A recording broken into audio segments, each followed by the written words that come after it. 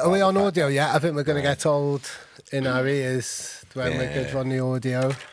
I get a bit self-conscious that I sound like a kettle when I'm laughing sometimes. Yeah, I was thinking like a Brevil 3000.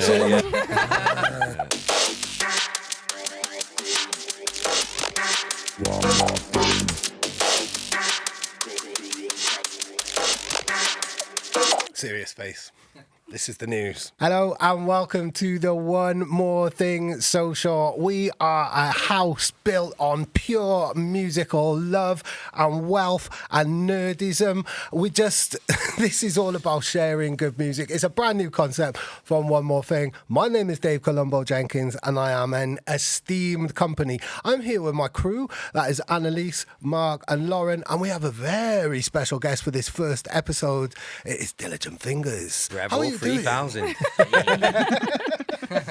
Brilliant. We are here. So the rules of this podcast are really, really simple. It's here to share a musical knowledge. Between us, we have well over 25 years age difference. That means we all come from so many different places within music. We've got so many different reference libraries and so many different personal favourites and meaningful stories around music. So with every episode, we'll be joined by a special guest and I pick the theme and everyone has to bring their best tunes. These are the rules that I send to everybody just so I can be really clear. The category is set before each podcast and it can be interpreted in any way that people who are involved in the episode see fit.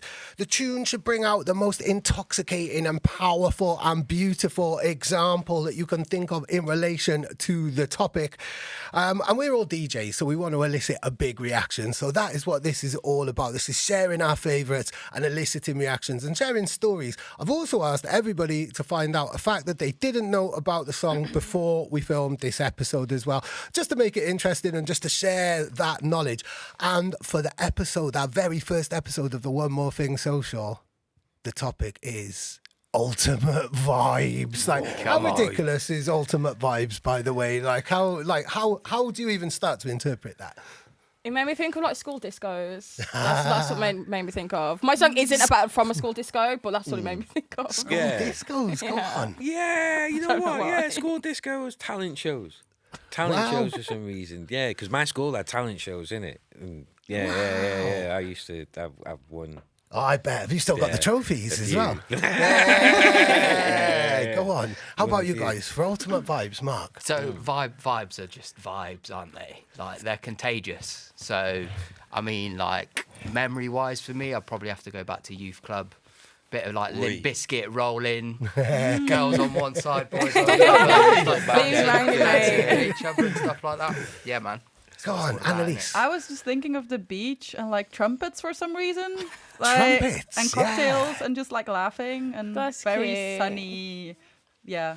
Yeah, brilliant. I mean, vibes can literally mean anything, really. And when I looked into it, I mean, vibes just as a topic, we could have like a whole series of podcasts just about vibes. Yeah. And what did it right? Like Einstein said that everything in life is a vibration, and there are loads of different theories on everything like vibrating at its own frequency. Even this planet does. So vibes could mean anything. It could be ultimate dance floor vibes, ultimate personal vibes, just so many different things. I mean, what are ultimate vibes? Like, you know, we're all DJs. We come from a serious music platform. We deal mostly in kind of darker, heavier club music.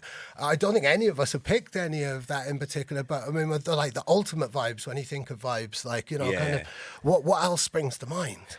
Just really happy memories. If you like, something can connect with you that like represents like a moment in time, like for yourself or with friends or family and things like that. Like, you know, and it just brings out that happiness in you, that vibes in that smile. Do you know what I mean? Even thinking about the one that I'm thinking about, it's making me smile just thinking about it. Because of the different ways you can take it, the different ways you can relate it to certain things and that, and just the way that the song just makes you feel in general, man. Do you know what I mean? So, brilliant. Yeah. Without further ado, Mr. Sound Person, can you play Diligent Fingers pick and tell us what your ultimate vibe example is? Well, it was hard because there's a few, but the one that I picked for today was not this one.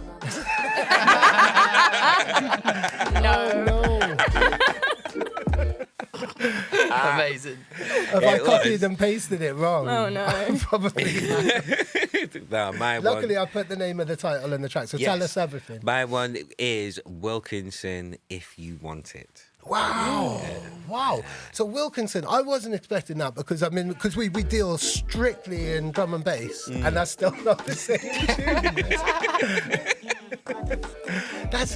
This is cool. Yeah, I like it. Yeah, it's bad shit. Do we even know what this is? Is this anybody's selection? Not mine. No. Wow. Maybe one of the girls.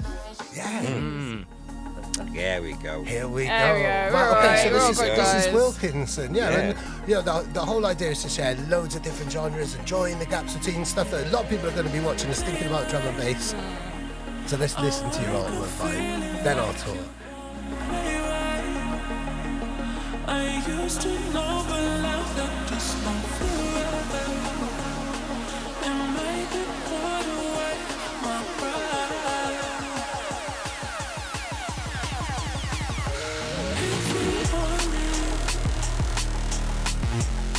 Yeah, go on. Go on. So we're actually starting like this. This has really surprised me because I didn't think. I kind of purposefully said let's try and avoid drum and bass because we deal with drum and bass 24/7. And we're starting with the drum and bass tune. This is brilliant though. This is brilliant. So tell us, firstly, big shouts to Wilkinson. But Yes. tell us your connection with this song. That connection with this one was it was a tune that is attached to an amazing relationship that I was a part of and stuff. It was that good. It's the template. Even though things didn't work out because of my mental health, and that's just us being honest with each other. Do you know what I mean? It's the template for relationships going forward. We didn't argue. We didn't fight. We talked to each other out. We were there for each other. We were an actual team. Oh, Do you know what I'm nice. saying? Nice. And we both loved this tune, you know. But even listening to the words itself, and you also said that there's supposed to be a fact that Yes. I didn't know about this track, but I only found out today. It took me a while to get into Chance the Rapper and Childish Gambino. The lyrics come from Redbone. From Childish Gambino. I did not know. Right. I had no Okay, idea. I had go no on. idea. And listening to the track, again, I love soul, I love R&B, Motown. That's right up my street. So in terms of connecting to different genres and referencing and things like that, it's an amazing piece of music that this track is referenced as well. You know, so yeah, man. That's it. I love those layers and unpeeling those layers, really. And then, because nothing comes from nowhere, everywhere comes from something and is connected in that type of way. Definitely. Go on, amazing. How is this making it? Is this an ultimate vibe for anybody else around the table? We Yeah. can be It's a completely lush track. honest. And Lush, track. isn't it? Yeah, absolutely. Yeah, man. You can Absolutely. imagine driving down the motorway on a summer's day, do you know what I mean? Vibing out with your people, them. Yeah, You know what man. I'm saying? Big time. Big time. Yeah. Don't test me. You know it's a good track. Love it. So we're going to go on to our next one now. Lauren, it's going to be you. It's What very is different. Your ultimate vibe. There has to be. They're all going to be different. It's cool for the songs of swear words in it, yeah? Oh, God, yeah. Oh, Fuck okay, yeah. sound. So basically, this song is called All About Me, and it's very Leo of me to have this. Anyway, and it's like, Lily, is that you? And basically, it's just about choosing yourself and like stepping into your power and being empowered by yourself and like being selfish, because it's important to be selfish and just be like, you know what, fuck this, fuck you, I know what I'm doing with my life, and sending it essentially. Yeah, yeah. It's a good song. I can listen to it all the time. Sound Especially when I'm man. like, yeah. Let's see. Everywhere I go, I bring the chaos. Just a little extra, that's a payoff. 7 days a week, gonna never take a day off. Sick daddy don't, oh. Everywhere I go, I bring the drama. Blame it on my ego or your karma. I know that you love it, I know that it's your nirvana. Sleep daddy don't, oh. Japanese and puppy and I keep her close. Like on the first listen, it can sound like she's a bit of a narcissist, because she's like, it's all about me, like fuck you, but like it's not. You just have to listen closely. Yeah. Oh, it has to be. If you don't look after yourself, then nobody else is going to look after you, isn't it? Exactly, and it's like you are the main character in your life, not everyone else. Yeah, yeah, So in that case, we're all nice. yeah. Which therefore means no one is. Yeah. So when did this come into your life, and how did you end up deciding on this? You know, it came into my life after a really, really bad relationship, which was a couple of years ago. And I kind of started getting my confidence back a little bit. And she just came up on my TikTok, and I was doing this hair modelling job. And I was just feeling like quite insecure, basically, because I just went for a really awful relationship. And then I just listened to it on repeat. And then, like, when I was getting ready for the shoot, I was just listening to it constantly. And I was like, you know what, fuck it. I'm like hot as fuck, I'm hot shit, and I'm gonna send it. And now I just do it all the time. That's really cool. Yeah. I was gonna say that, like, when that like started, I could see you like getting like, just imagine you like getting ready, like it motivating you like every fucking morning. It's in my gym playlist. Yeah, I love it. Yeah, love it. It kind of fits, doesn't it? It fits. Yeah. Go on. That's brilliant. That's really cool. Tell us more then. What did you learn then about the track or anything like that then? I'm not gonna lie, Dave. Looking for them facts I was fighting for my life generally. So you literally just have my opinion, which I wrote down. I've actually already said it, so that's cool. Yeah. Anyway, you should look her up though. Like, she's the artist. She's really young. I think this is like one of her third songs she released, and what her first one basically blew up on TikTok, and she was on like billboards like in New York and shit. Like I don't know what it's called, like Times Square or something. Yeah. Like she's sick. Like all her music is about like sex positivity, like substance misuse and stuff, because I think not a lot of people talk about it. It's glorified, but no one wants to be like, actually, yeah, I have a bit of an issue, but like here's a song type of thing. Like, she's sick. I love her. I do think that that's something that should be discussed a lot more openly and maturely. It's something that I bring up in a lot of conversations. It's something that's affected us in all different ways and stuff like that.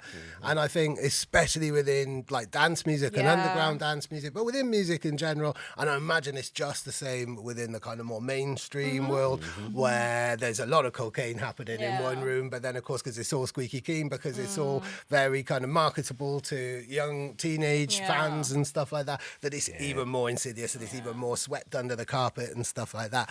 But I think it's really important for us to be really honest with where we're at with these things, because everybody has a relationship in one way or another, even if that relationship is that you don't do it or don't do it anymore, really, in that way. I think the music industry glorifies it, so it makes younger people want to get involved. Like, yeah, I'll do loads of drugs and a party, but with like her, for example, and a lot of artists as well, they acknowledge that it's not a good thing. It's like, yeah, my life does look cool, but we're actually like not having a great time with like with my own journey type of thing. So yeah.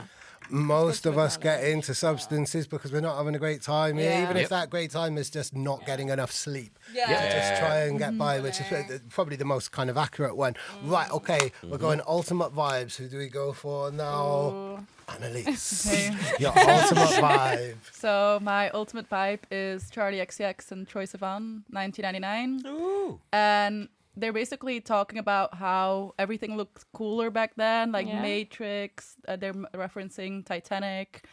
And the video looked super cool. So it was just like literally bringing the 90s vibes back. I was going to say, how old were you in 1999? I was born in 1998. So wow. I didn't know anything about it until I saw that video, and it like literally brought the vibes. It's like, okay, I can see how like, and they glorified a bit, obviously, but like that's why I chose it, like, because I didn't know a lot about that time period. That's cool. I Charlie's was killing it at the moment as well. What were you doing in 1999? Help me feel old. What was I doing in 1999? I think we're the same age. I was making tunes on a PlayStation on Music Generator 2000. Go on. Amazing. And going to like free parties in the woods is like my first clubbing experiences and stuff. Like, I didn't go to clubs for ages because I hated pubs, and I like hated the whole concept of like. I love the pub, I hate the whole concept of just you sitting like there now? to drink. No, but you yap as well. You're just yapping. I can do that in my I can do that in my house. I can do that at home. It's a good vibe. First at the pub with your mates. Love it. I love a beer garden, but I don't like certain pubs when you just see the sad, lonely people sitting at the bar. And you know that, especially if you're going for a breakfast with your mates, and you it's always just get like, them though, don't you? and I feel do. sad, like what pubs represent then. But I love the social aspect of it in that type of way. Mark, how old were you in 1999? I would have been 8 years old. Why did you do that to yourself? 8 years Yeah, old. that was Why did you do that to yourself? We covered why I abused substances. How old were you?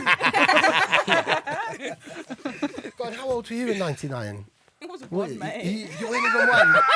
Wow. So let's all go back in time now. What a contrast, eh? 1991. But this is the beauty of the One More Thing social. This is brilliant. Because we've got so many... Oh no! Existential crisis is on about. Here we are. Here we are, guys.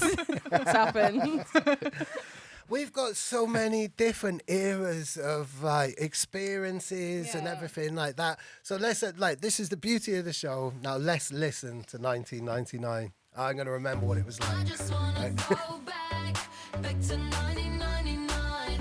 Take a ride to my old neighborhood. I just wanna go back. Sing hit me, baby, one more time. Wanna go back, wanna go. So I was born in 91. Like, what do you two especially think? Like, do you wish that you grew up through that period? No, I saw a meme yesterday, and it's really. like, I'm so glad that I was born in this generation because I couldn't do menus.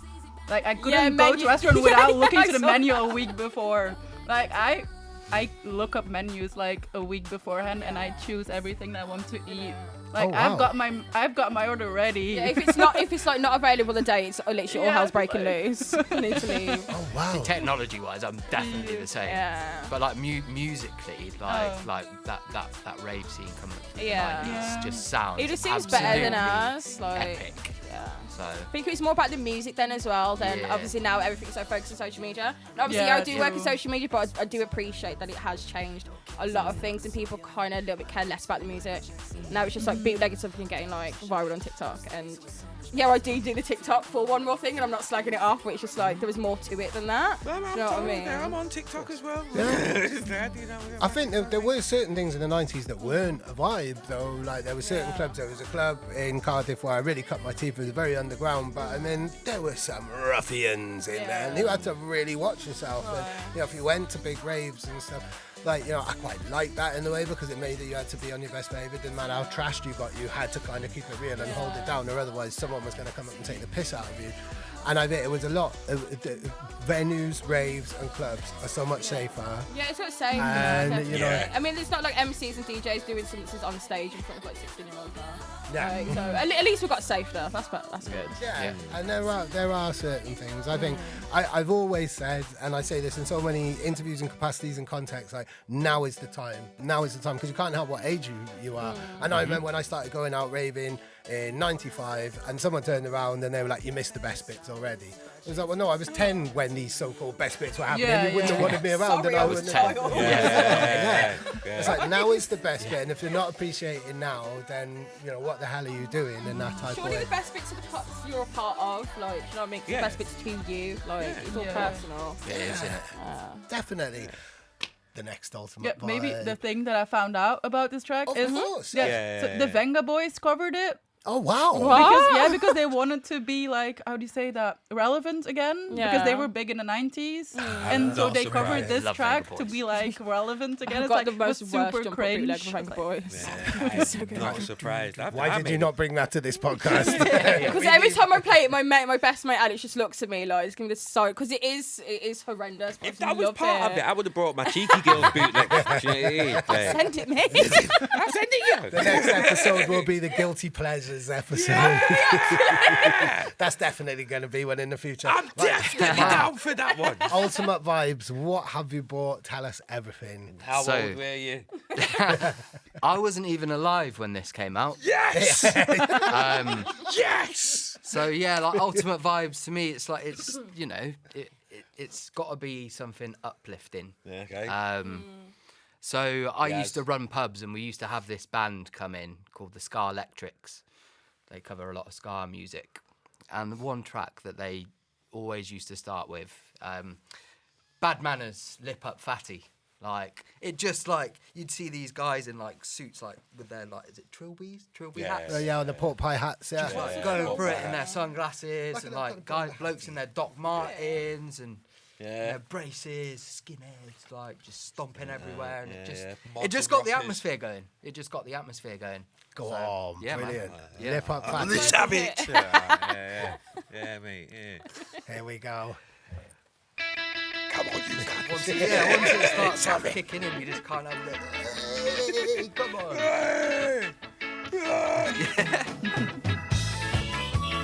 Lovely. I love ska music. And ska music has a huge role in UK culture as well, in terms of breaking down barriers. Long before rave took any credit for that, ska was one of the first real sounds.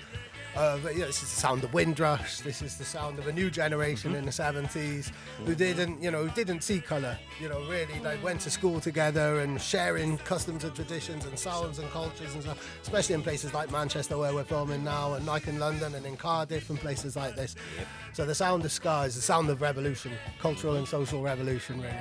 Yeah, man. Also, 100%. not where mosh pits come from. Yes, Like, yeah. Or definitely like pogoing. Yeah, and pogo. stuff That's what like it's called. Pogo, Yeah, big time. yeah. Big time. But the fact that I felt it's not really a fact, I'm Alan's saying, I was trying to look up facts and I failed miserably. So hard, man. The term lip up fatty was an expression used to tell people to shut up at frontman Buster Blood Vessel's school. Right. So people used to Go say on. lip up fatty. Lip up fatty. It's fuck off, basically.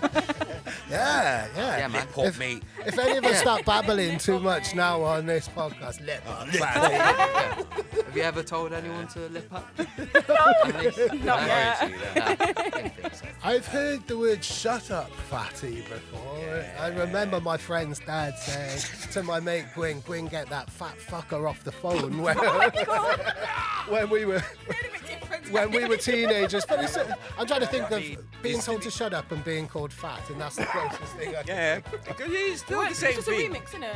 Yeah, it's like lip up fatty. Still calling the guy fat, innit? Yeah. Or whatever it was.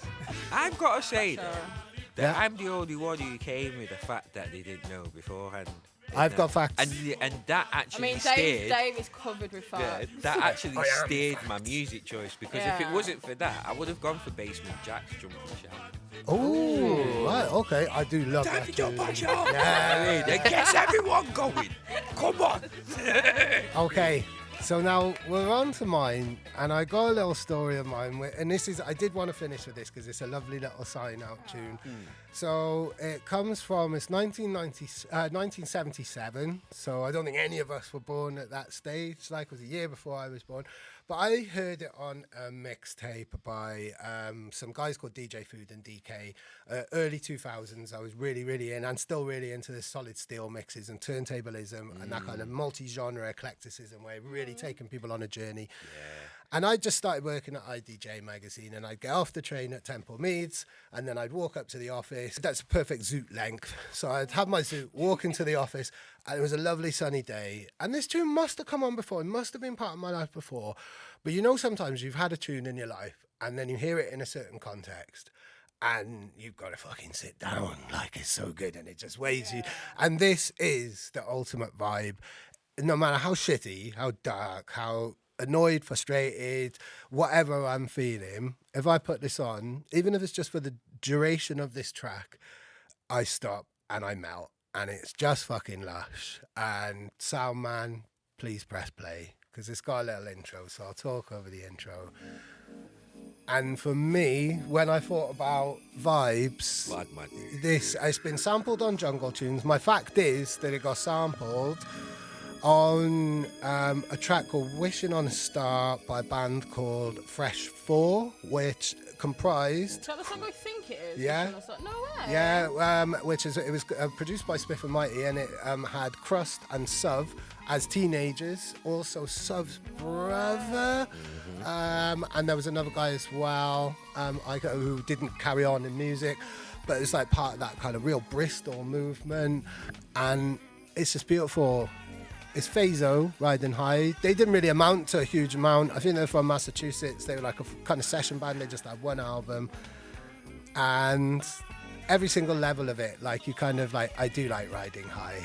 Like I love a zoo. And, we've talked about substance use or abuse. I do love Riding High, but it's also like a little bit later on with the vocals. It's like, I want to take you on a love high, and it's about a love high, but also it just takes me right back to 2005, spring 2005. I've been working in my magazine job for a couple of months. I was more skint than I'd ever been, but I didn't care. I had my weed, I had my perfect job. I didn't even care about commuting. You know, just that, like, I was 24, 25, and just strolling through Bristol, and I had to sit on a bench. I could even put, next time we're all in Bristol, I'll point out the bench. It'd be a real cool story, bro, moment. And this, I painstakingly thought about what my ultimate vibe is, because I'd have ultimate vibe for any type of genre, really. I've loved everybody's tunes and the reasons for everybody. And right now, for episode 1 and developing like a collective of people as one more thing, and having you here and having that other guest here for the other episodes, like I'm riding high. I seem to, whenever I come to Manchester, like cool stuff is happening at the moment. Like last time we were doing a training session. Yep. Before that, you know, I was doing block to block or doing the 3 peaks and stuff. Like this is the epicenter of the UK for me right now, and I'm riding high. And I really hope that everybody has enjoyed this first episode and ridden some type of buzz along with us. What I think we're doing at the moment is brilliant. Like the last time we were in Manchester when you put the workshop on, like it was unbelievable. Like, and I left with a spring in my step. I know I'm going to leave here today with a spring in my step again. Like it excites me being around you guys and other creative people, and I think it's a real beautiful thing we've got going on, man. Brilliant. Wholesome, man. Yeah. And this is all about just sharing music, talking about music, not scrolling through stories and thinking about anything else, thinking about numbers, thinking about relevance, or thinking about or overthinking anything. It's literally just bringing a tune to a literal table and having a wicked chat. What have we learned today, really? I've learned, what have I learned? That the Venga Boys did a mad cover of 1999. It's so random. I've learned what lip up fatty means now, and I hope that someone tells me that at some point today. I learned I definitely sound like a Brevil 3000. Low key, I didn't want to say, but low key. Sorry. That's fine. And I really want a cup of coffee now. Yeah. Brilliant. What else have you learned? Anything? I have ADHD, so low key everything's just kind of gone out of my head. But I wrote something down which I thought was cool that you said. You said Scar is the sound of revolution. I thought that was really sick. Go on. It's a nice ADHD. Brilliant. I'm pretty much exactly the same. Can't remember what's just happened. Wait to watch it back. Like if someone yeah. asks you like what have you learned, it's like Yeah. everything has just But I've heard some really nice vibey tunes. man. Happy days, It's been man. wholesome. Happy days. It's been And getting nice. to know a bit more about everyone. Like, that's what I've learned. Amazing. Amazing. Thank you so much for joining us. Who would like to sign out of this very, very first episode? Who would like to say goodbye to anybody who's cared to watch this? Pure silence. Thank you all. Thank you all for watching and listening. I hope you have an amazing day, an amazing week. Take care of yourselves. Take care of your mental health. Why? Because good mental health is wealth. And as always, blessings to you all.